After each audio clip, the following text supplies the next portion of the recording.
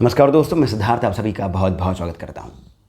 ज्ञानगंज के जो सिद्ध गुरु हैं उनमें शक्ति कितनी है, वे अपने शिष्यों का किस प्रकार ध्यान रखते हैं। कई ऐसे गुरु हैं जो अब सशरीर नहीं हैं, तो क्या वे आज भी अपने शिष्यों का उस ही प्रकार ध्यान रख पाते हैं जिस प्रकार ये तब रखते थे जब इनका शरीर था। ऐसी कितनी ही बातें और हैं जो हम आज के वीडियो में जानेंगे। आज की जो एक कथा है, ये जो प्रसंग है, ये अविश्वसनीय लग सकता है आपको ऐसा प्रतीत हो सकता है कि ये तो कहीं किसी पुराण से लिया हुआ कोई प्रकरण है, परंतु ऐसा है नहीं। बाबा विशुद्धानंद जी, जो ज्ञानगंज के ही एक परमहंस की श्रेणी में आते हैं, उनकी कथाएं, उनके प्रसंग इतने अद्भुत हैं कि वे पुराणों की किसी कथा से कम नहीं हैं। और यदि ऐसी बातें पुराणों में कही गई हैं, गुरु की शक्ति के बारे में यदि हमारे विभिन्न धर्म ग्रंथों में बताया गया है, तो फिर जब ये उस समय हो सकता था, हमें इतना विश्वास होना चाहिए कि ऐसा आज भी हो सकता है। क्या हुआ था, आइए जानते हैं।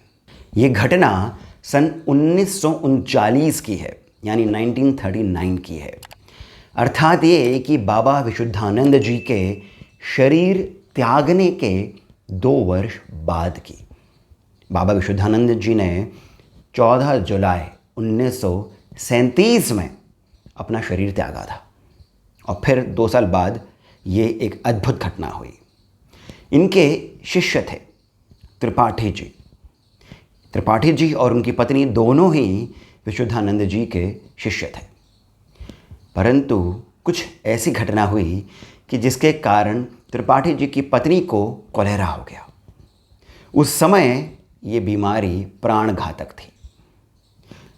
समय के साथ में तबीयत खराब होती रही। त्रिपाठी जी के 2 बच्चे थे। ये दूध पीने की अवस्था में थे, एक 3 वर्ष के और दूसरे 4 वर्ष के। इनकी पत्नी की हालत इतनी ख़राब हो गई कि एक रात ये खून की उल्टियाँ करने लगी।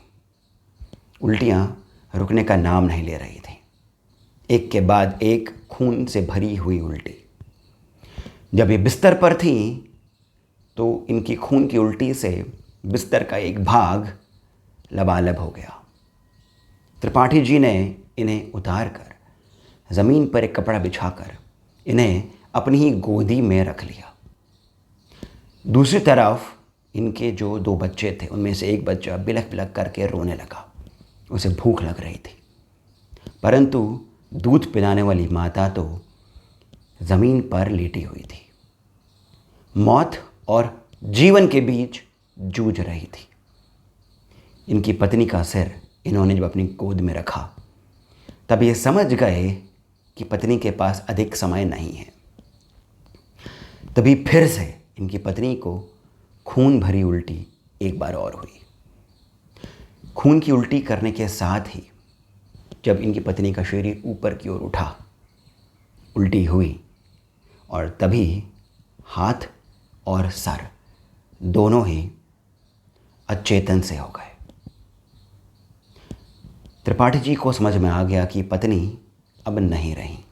त्रिपाठी जी भी अपनी सुध-बुध खो बैठे, सुबह सुबह करके रोने लगे। दूसरी ओर इनका जो बच्चा था, जो 2 बच्चे थे, उनमें से एक बच्चा भूख से रो रहा था। उसे माँ का दूध चाहिए था, परंतु त्रिपाठी जी किस प्रकार अब उस बच्चे को माँ का दूध पिलाएं। इन्होंने अपनी पत्नी को नीचे रखा, बच्चे को गोद उठाया, किसी प्रकार खुद को रोका, खुद को बांधा, और फिर लोरियां सुनाते हुए, थपकी देते हुए अपने बच्चे को किसी भी तरह से सुला दिया। इनकी हालत बहुत खराब थी। एक तरफ मृत पत्नी, दूसरी तरफ 4 साल का एक बच्चा जो सो रहा था, जिसे नहीं पता था कि क्या हो रहा है, और एक और ओर उन्हीं की गोदी में अब बड़ी मुश्किलों के बाद सोता हुआ उनका एक और बच्चा। जो कभी भी उठ सकता था क्योंकि वो भूखे पेट सोया था, उसे तो माँ के दूध की आवश्यकता थी। ऐसी हालत में त्रिपाठी जी सुध-बुध खो करके स्वयं ही थोड़ी देर के लिए सो गए। कुछ देर बाद उन्हें कमरे में एक बहुत ही तेज प्रकाश दिखाई दिया, जिसके कारण उनकी नींद खुल गई। धीरे से उठे तो उन्हें समझ में आया कि पूरा कमरा जो है वो तो महक रहा है। कोई अद्भुत सी सुगंध है जो उनके पूरे कमरे में छा गई है। प्रकाश अचानक से कम हो गया और इनके पत्नी के शरीर में हलचल सी हुई। इन्होंने पत्नी की ओर देखा तो पत्नी ने धीरे से कमज़ोर अवस्था में अपनी आंखें खोल दी और फिर ये कहा कि दूध रसोई घर में इस जगह पर रखा हुआ है, उसे आप गर्म करके ले आएं। थोड़ा बच्चे को पिलाएं, थोड़ा मुझे भी दें, कमज़ोरी बहुत अधिक है। त्रिपाठी जी ये सुनकर के फुर्ती से उठे, रसोई घर गए, दूध निकाला, बच्चे के लिए बनाया और थोड़ा सा दूध पत्नी को पिलाया। जब थोड़ी सी स्फूर्ति, थोड़ी सी ताकत जब इनकी पत्नी को आई, तब इनकी पत्नी ने बताया कि हुआ क्या था। इनकी पत्नी ने बताया कि जब इन्हें खून की उल्टी हुई थी तब इनकी आंखों के आगे अंधेरा छा गया था। फिर कुछ ही समय बाद इन्होंने देखा, अर्थात इनके आत्मा रूप ने देखा कि रुद्रगण इनको लेने के लिए आए हैं। कुछ 3-4 रुद्रगण थे, वे इन्हें लेने के लिए आए हैं। वे इनकी ओर आ ही रहे थे, तभी अचानक से एक तेज पुंज अर्थात एक प्रकाश इनके और उन रुद्रगणों के मध्य आकर के खड़ा हो गया। इन्होंने ध्यान से देखा तो पाया कि वो प्रकाश और कोई नहीं, स्वयं बाबा विशुद्धानंद जी थे। इन्होंने देखा कि बाबा विशुद्धानंद जी ने अपना हाथ आगे किया और जब इन्होंने अपना हाथ आगे किया तो वो जो रुद्रगण थे वे वहीं रुक गए। वे आगे बढ़ने की कोशिश कर रहे थे, परंतु विशुद्धानंद जी ने उन्हें रोक कर रखा था। वे आगे नहीं बढ़ पाए। एक ने कोशिश करी, दूसरे ने करी, कोई आगे नहीं बढ़ पाया। अर्थात विशुद्धानंद जी उन रुद्रगणों को त्रिपाठी जी की पत्नी को ले जाने से रोक रहे थे।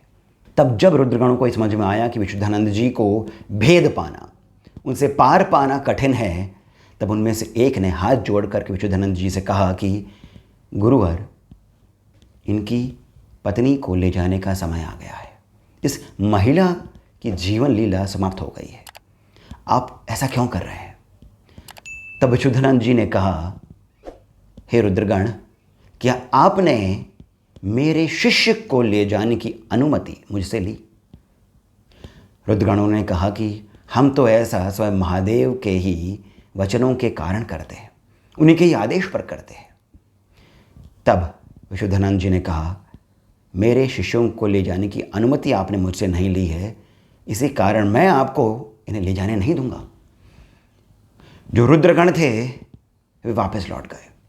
उसी क्षण वहाँ पर विशुद्धानंद जी के गुरु स्वयं परमहंस भृगुराम जी आ गए। और उनके साथ कौन थे? उनके साथ स्वयं महादेव थे। जब महादेव और अपने गुरु को अपने सामने खड़ा पाया, तब विशुद्धानंद जी ने उन्हें देखकर प्रणाम किया और फिर इस महिला को यानी त्रिपाठी जी की पत्नी को भी प्रणाम करने के लिए कहा। तब महादेव ने विशुद्धानंद जी से कुछ वार्तालाप करी, कुछ बातें करी। वहाँ पर और भी अन्य दिव्य आत्माएं उपस्थित हो गईं। त्रिपाठी जी की पत्नी ने बताया कि वे ये समझ नहीं पाए कि विशुद्धानंद जी और महादेव क्या बातें कर रहे थे, परंतु ये स्पष्ट हो रहा था कि विशुद्धानंद जी इनकी आत्मा को ले जाने के लिए महादेव से मना कर रहे थे।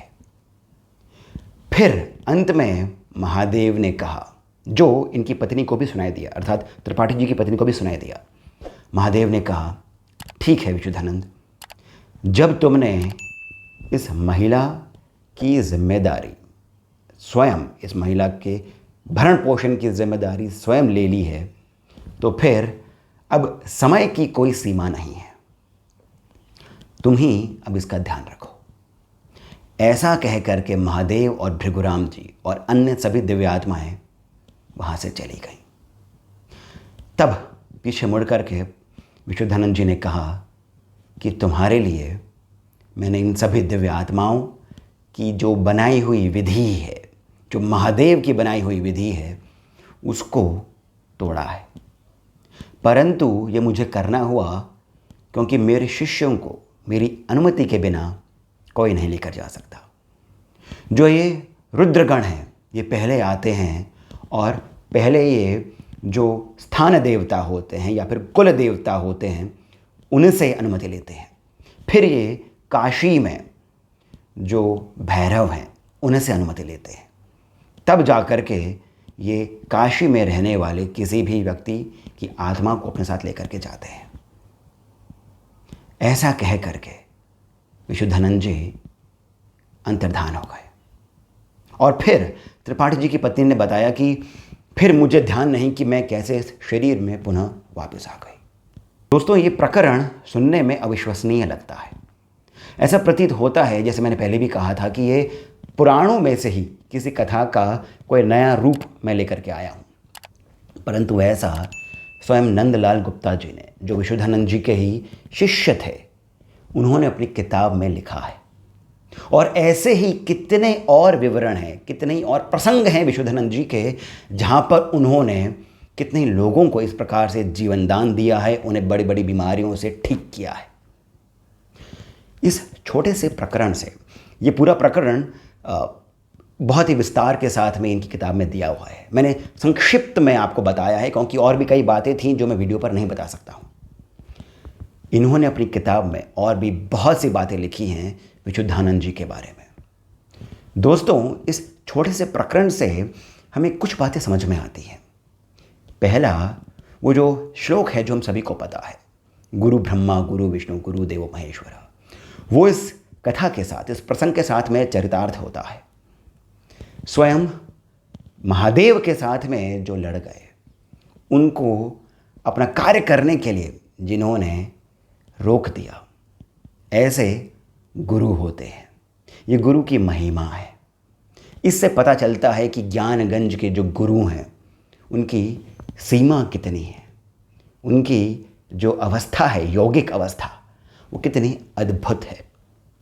इसे ये भी मालूम चलता है कि जो गुरु होते हैं, वे भले ही शरीर को त्याग दें, वे अपने शिष्यों के साथ, अपने भक्तों के साथ प्रतिपल उपस्थित होते हैं। भक्तों को, शिष्यों को उन्हें पुकारने की हर वक्त आवश्यकता नहीं होती है।